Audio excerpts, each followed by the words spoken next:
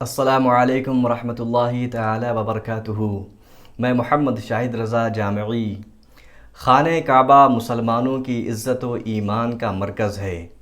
خانہ کعبہ جس طرح کی اپنے اندر بے شمار اہمیت اور فضیلت رکھتا ہے، اسی طرح خانہ کعبہ کی سمت بھی بے شمار فضیلتوں کی حامل ہے۔ جس طرح ایک مسلمان کے لیے خانہ کعبہ کے لیے دل میں عزت و عظمت ہوتی ہے، اسی طرح ایک مسلمان کے لیے خانہ کعبہ کا جو رخ ہے، جو ڈائریکشن ہے، اس کی بھی اتنی ہی عزت ہونی چاہیے جتنی کہ خانہ کعبہ کی عزت ہوتی ہے۔ ہمارے معاشرے میں بہت ساری چیزیں دیکھی جاتی ہیں جو کہ خانہ کعبہ کی بے حرمتی پر دلالت کرتی ہیں، جیسے کہ اس کی جانب تھوکنا، اس کی جانب پیر پھیلا کر کے سونا، یا پھر اس کی جانب ٹوائلٹ وغیرہ کا بنا ہونا، ٹوائلٹ کی سیٹ کا بنا ہونا۔ یہ ہمارے معاشرے کی بہت ساری ایسی خامیاں ہیں جس سے بہت سارے مسلمان ناواقف ہیں۔ تو سب سے پہلے ہم یہ جانیں گے کہ خانہ کعبہ کی سمت جو ہے، ڈائریکشن ہے، اس کی فضیلت کیا ہے۔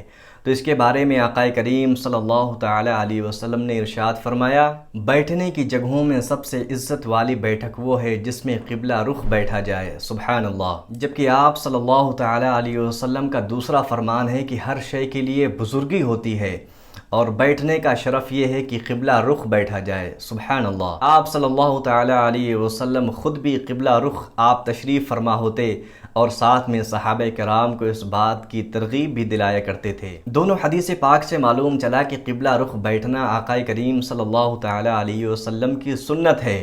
تو اب ہر مسلمان کو جہاں تک اس سے ممکن ہو سکے اس کا اٹھنا بیٹھنا، چلنا پھرنا قبلے کی رخ ہونا چاہیے، سوائے ان صورتوں کے جن صورتوں میں قبلہ رخ جانب بیٹھنا منع ہے، جس کی ہم تفصیل آگے جانیں گے۔ ہمارے بزرگان دین بھی اپنی اشیاء کا رخ قبلہ جانب کرنے کا خوب اہتمام فرماتے۔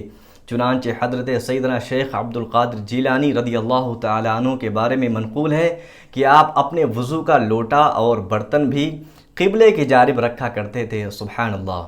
چنانچہ سیدنا امام شافعی رضی اللہ تعالیٰ عنہ ارشاد فرماتے ہیں کہ 4 چیزیں ایسی ہیں جو انسان کی آنکھوں کی تقویت کا، اس کی روشنی کا باعث بنتی ہیں۔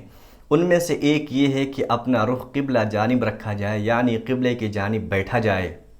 تو اگر کسی کی آنکھیں کمزور ہیں تو پھر اسے اپنی آنکھوں کی روشنی کو بڑھانے کے لیے، یا پھر اس کی گھٹتی ہوئی آنکھوں کی روشنی کو اسٹاپ کرنے کے لیے اپنا رخ قبلے کی جانب زیادہ سے زیادہ کیا جائے تو انشاءاللہ آنکھوں کی روشنی وہیں پر برقرار رہے گی۔ علماء کرام فرماتے ہیں کہ ایک استاذ کو یہ چاہیے کہ وہ اپنے پیٹھ قبلے کی جانب کر کے بیٹھے، اور تمام تر جو طلباء سامنے بیٹھے ہیں ان کا چہرہ قبلے کی جانب ہونا چاہیے، چونکہ بچے زیادہ ہوتے ہیں، طلباء زیادہ ہوتے ہیں، تو زیادہ بچوں کا رخ قبلے کی طرف ہونا چاہیے تاکہ قبلے کی جانب ان کے بیٹھنے کی وجہ سے انہیں اس کی برکت حاصل ہو، سبحان اللہ۔ قبلہ کی جانب رخ کرنے کی برکت کا ایک واقعہ سماعت فرماتے چلیں کہ 2 دوست طالب علم حاصل کرنے کے لیے بیرون ملک گئے۔ دوسرے ملک میں دونوں تعلیم حاصل کرتے رہے 2 سال تک، حتیٰ کہ ان میں سے ایک بہت بڑا عالم اور فقیہ بن گیا، جبکہ دوسرا علم کے نور سے خالی واپس لوٹا۔ اس شہر کے علماء کرام نے دونوں پر غور و خوض کیا کہ آخر کیا وجہ ہے کہ ایک عالم بنا اور دوسرا علم کے نور سے خالی رہ گیا۔ تو جو بات نمایاں طور پر سامنے آئی وہ یہ تھی کہ جو عالم بن چکا تھا اس کی عادت یہ تھی کہ وہ ہمیشہ سبق یاد کرتے وقت اپنا رخ قبلے کی جانب کیا کرتا تھا، سبحان اللہ، جبکہ دوسرا اس کی عادت یہ تھی کہ وہ ہمیشہ اپنی پیٹھ قبلے کی جانب کر کے بیٹھتا تھا، جس کی وجہ سے وہ علم کے نور سے خالی رہا۔ اس واقعے سے معلوم چلا کہ اگر قبلہ جانب رخ کر کے کوئی کام کیا جائے تو پھر اس کی برکت ضرور حاصل ہوتی ہے۔ اس لیے ہمیں اور آپ کو اٹھتے بیٹھتے چلتے پھرتے اپنا رخ قبلہ کی جانب کرنا چاہیے، اور یہ سنت بھی ہے، اور اگر سنت کی نیت ہو دل میں تو انشاءاللہ اس کا بھی ثواب حاصل ہوگا۔ اور عام طور پر طلباء کرام آپ مدرسے میں جائیں گے یا پھر مدرسے کے قریب کسی مسجد میں جائیں گے تو آپ طلباء کو یہی دیکھیں گے کہ وہ اپنا رخ قبلے کی جانب کر کے بیٹھتے ہیں اور سبق یاد کرتے ہیں، جس کی برکتیں انہیں خوب حاصل ہوتی ہیں، سبحان اللہ۔ اب آئیے ہم جانتے ہیں کہ قبلے کی طرف رخ کر کے کون سے کام نہیں انجام دینے چاہیے۔ سب سے پہلا یہ کہ قبلے کی طرف پیر پھیلا کر کے سونا یا پھر پیر پھیلا کر کے بیٹھنا۔ عام طور پر لوگ مسجد میں نماز میں سلام پھیرنے کے بعد جن کی پینٹ ٹائٹ ہوتی ہے وہ قبلے کی طرف اپنا پیر پھیلا کر کے اپنی پینٹ چڑھا رہے ہوتے ہیں۔ اس میں بھی قبلے کی بے ادبی ہے، تو اب بغیر کسی عذر شرعی کے قبلے کی طرف پیر کو نہیں پھیلایا جائے گا۔ اور بھی دیگر چیزیں ہیں کہ اگر کوئی عذر شرعی ہے، جس طرح کی ٹرین وغیرہ میں آپ سو رہے ہوتے ہیں، تو اگر قبلے کی ڈائریکشن میں ٹرین چل رہی ہے تو ایسی صورت میں آپ کے اوپر کوئی گناہ نہیں ہے، تو یہ بے ادبی میں شمار نہیں کیا جائے گا۔ اسی طرح کوئی شخص بیمار ہے، اسپتال میں لیٹا ہوا ہے اور اس کے پیر کا جو ڈائریکشن ہے وہ قبلے کی طرف ہے، تو ایسی صورت میں بھی معاف ہے۔ لیکن جان بوجھ کر قبلے کی طرف پیر پھیلا کر کے بیٹھنا یا پھر لیٹنا، سونا، یہ منع اور بے ادبی ہے۔ دوسرا یہ کہ قبلے کی جانب منہ کر کے تھوکنا، قبلے کی طرف تھوکنا، اس کی بھی سخت ممانعت آئی ہے نماز وغیرہ کی حالت میں۔ جبکہ قبلے کی جانب تھوکنے کے بارے میں آقا کریم صلی اللہ تعالی علیہ وسلم نے ارشاد فرمایا کہ جو قبلے کی جانب تھوکتا ہے کل قیامت کے دن اس حال میں آئے گا کہ اس کے دونوں آنکھوں کے درمیان یعنی پیشانی پر اس کا تھوک ہوگا۔ اللہ اکبر۔ تیسرا بہت اہم اور خاص مسئلہ، بڑے شہروں میں عام طور پر ٹوائلٹ وغیرہ کی سیٹیں وہ قبلے کی جانب بنا دی جاتی ہیں، تو معلوم ہو کہ قبلے کی جانب چہرہ کرنا یا پھر پیٹھ کر کے استنجا پاخانہ کرنا یہ سخت مکروہ تحریمی اور حرام ہے، کیونکہ آقا کریم صلی اللہ تعالی علیہ وسلم نے ارشاد فرمایا اذا اتیتم الغائط فلا تستقبلوا القبلة ولا تستدبروها